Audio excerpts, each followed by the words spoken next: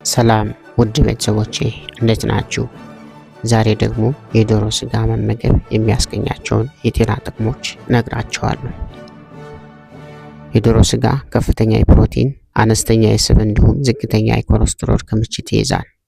ከዶሮ የሚገኙ ፕሮቲን በቀጥታ ለጡንቻዎቻችን እድገት የሚያገለግሉ ሲሆኑ ጤናማ የሆነ የሰውነት ክብደት እንዲኖረን ይረዳሉ።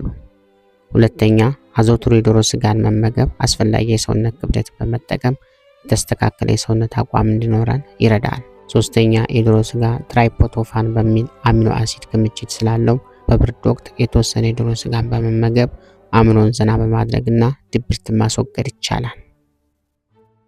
አራተኛ፣ እድሜ እየገፋ በሄደበት ወቅት በሚከሰት የአጥንት መሳሳትና ማለቅ መፍትሄ ይሰጣል። በውስጡ የያዘው ከፍተኛ ፕሮቲን ክምችት የአጥንት እድገትን በማስቀጠል የአጥንት መሳሳትና ድክመትን በከፍተኛ ሁኔታ ይከላከላል። አምስተኛ፣ በሰውነት ውስጥ የሆሞሳይቲን የሚባል አሚኖ አሲድ ክምችት ከፍተኛ በመሆኑ የልብ የደም ቧንቧን በሽታን ያስከትላል። ስድስተኛ፣ ጥቂት መላላጫ ስጋ በመብላት በሰውነት ውስጥ ያለውን ሆሞሳይቲን መጠን መቆጣጠርና የልብ ጤናን መጠበቅ ይቻላል። ሰባተኛ፣ የዶሮ ስጋ ፎስፎረስ የሚባል ንጥረ ምግብ በውስጡ ስለያዘ የጥርስና የአጥንት እድገትና ጥንካሬን ይቆጣጠራል። በተጨማሪም ኩላሊትን፣ ጉበትና አጠቃላይ ማዕከላዊ ስርዓተ ነርቭን በትክክል ስራውን እንዲሰራ ያደርጋል።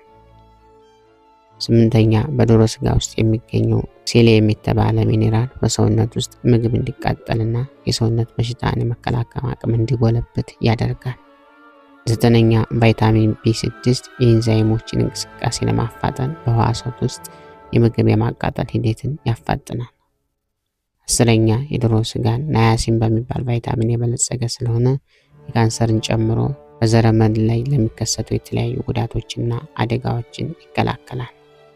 11ኛ፣ የዶሮ ስጋ በሬቲኖል አልፋና ቤታ ካሮቲን እንዲሁም ላይሶፔን የበለጸገ በመሆኑ ጤናማ ዓይንና እይታ እንዲኖረን ያደርጋል።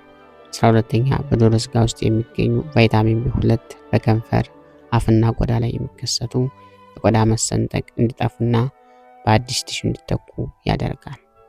ውድ ቤተሰቦቼ ይህ መረጃ እጅግ አስፈላጊና ጠቃሚ መረጃ ስለሆነ ለሌሎችም ሼር ብታደርጉት ይጠቀሙበታል።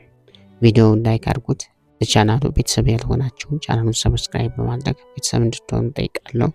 በቀጣይ ቪዲዮ እስከምንገናኝ በያላችሁበት የዓለም ክፍል እግዚአብሔር ሰላምና ፍቅር ከሁላችሁ ጋር ይሁን። ሰላም